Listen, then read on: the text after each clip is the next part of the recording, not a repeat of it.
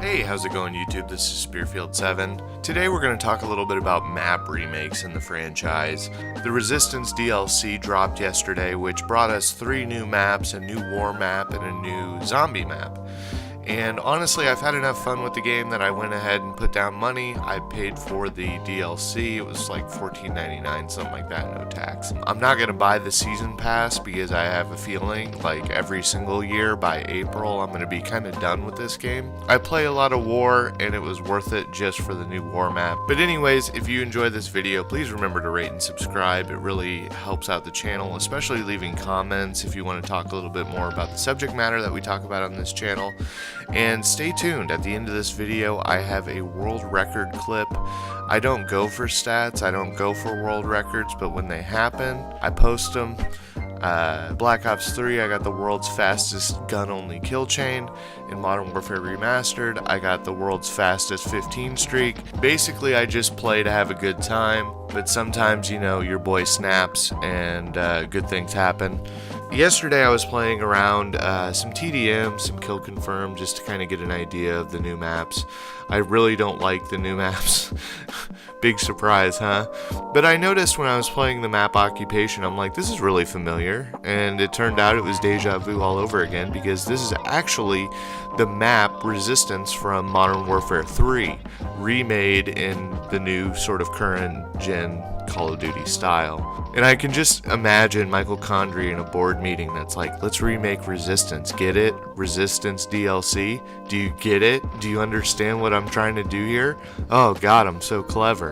I don't know where I stand on remade maps. I do think that the nostalgia factor of Call of Duty is so high that anytime you introduce like a supply drop weapon, like in Black Ops 3, I was like obsessed with getting the AN-94 from Black Ops 2, which they added late in the game cycle. I got the MSMC. It was exciting. It was cool to play with guns from my favorite Call of Duties, and that's kind of the, I think, principle behind map remakes for the franchise.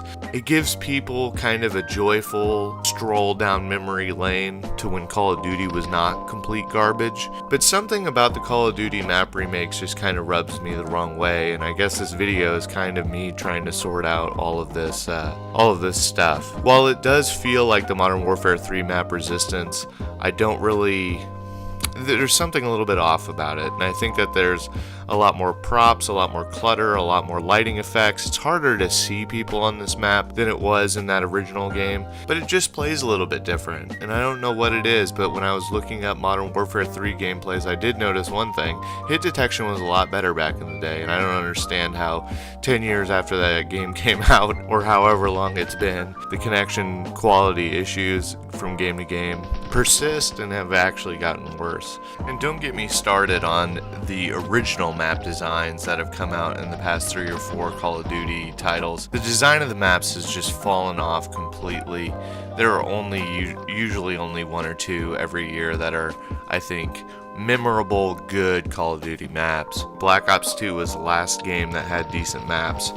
And Black Ops 2 had some like iconic maps, like Standoff was dope, Raid, Slums. They were great maps that played well in all game modes. In kind of the modern map design, some of the maps work really well for TDM, some work really well for objective game modes, but they don't necessarily gel and mix as a cohesive unit that you could play literally anything on it and it would work out fine. The maps that are kind of original creations of Sledgehammer games are kind of lacking in this game. I don't really enjoy them yet. Anytime you reach a new Call of Duty or a new map pack or whatever, it's all about learning the spawns and learning about the flow of the map and that kind of thing, which honestly I haven't done yet. But when I think about this map pack in particular, it's $14.99, and one of the map is just basically a copy and paste job from a previous map, and that's kind of a problem for me.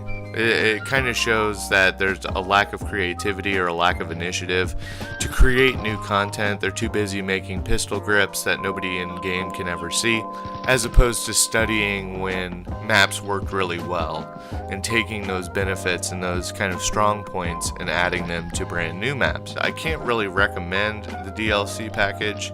I thought I would enjoy it a lot more than I have, but this whole thing has just kind of shown me that Call of Duty is kind of clinging onto the memories of when it was actually a franchise that led the way instead of following everybody else.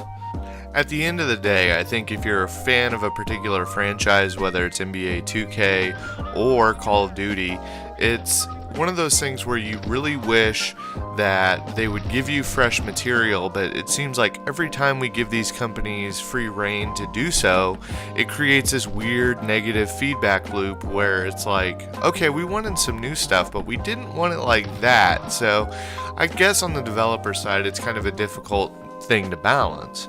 If you're going to be charging a premium price for DLC content, and honestly, Call of Duty I think should get rid of the map pack idea. I really don't think that it's as good of a moneymaker for them as supply drops, and now that the model's kind of changed towards microtransactions, I don't think they're necessarily going to be making a lot more bank off of the season pass when they could be just adding maps to the game as the year goes along. I'm hoping that this video can kind of create a dialogue, so I'm really curious what y'all think about reused content in your multiplayer games. Is it a good thing? Is it a bad thing? I'm kind of teeter-tottering between the two, but I'm really kind of against the idea of just repackaging the same material and charging money for it. So anyways, that's all I got, guys. I really appreciate you making it this far in the video, and I'm going to be now posting the world record longest bunker defense in war, melee only. Hope you guys enjoy it. It was a fun clip to get, and I kind of freaked out when it happened. But anyways, I'm going to be back with more soon, so stay tuned, and until next time, this is Spearfield 7. See y'all later.